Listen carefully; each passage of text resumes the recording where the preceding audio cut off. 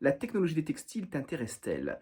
Je me rappelle étudiant dans les écoles de mode, c'est vrai que les textiles, les 5 catégories de textiles, ça nous gonflait un petit peu. Les courses de textiles nous gonflaient, c'est vrai.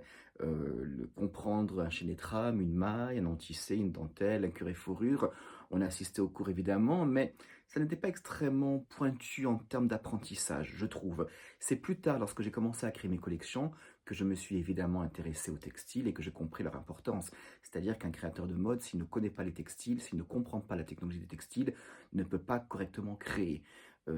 Et les écoles de mode où j'interviens aujourd'hui, c'est vrai aussi qu'elles sont très rares, les écoles qui savent parler textile à leurs étudiants. Ça m'a toujours surpris, lorsque j'étais étudiant, aujourd'hui encore, que la technologie des textiles soit enseignée de manière assez légère.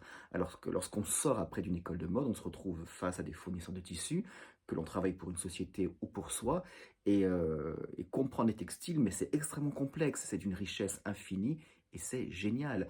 Comprendre ce que sont les chaînes et trames, les mailles, les non-tissés, les dentelles, les cuirs et fourrures, puisque nous avons 5 catégories de textiles, c'est extrêmement, enfin c'est riche, c'est génial.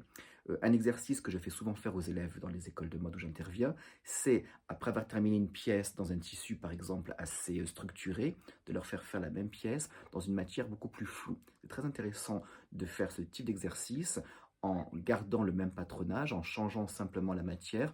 On voit que le résultat final est complètement différent, que la pièce est complètement différente. Et c'est un exercice qui permet de comprendre l'importance des textiles et le changement d'un tissu à l'autre avec le même patronage.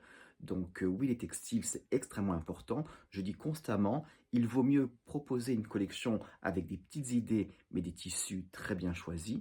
La collection, elle se vendra, plutôt que de faire une collection avec de grandes idées, mais si les tissus sont mal choisis, personne ne voudra porter les vêtements.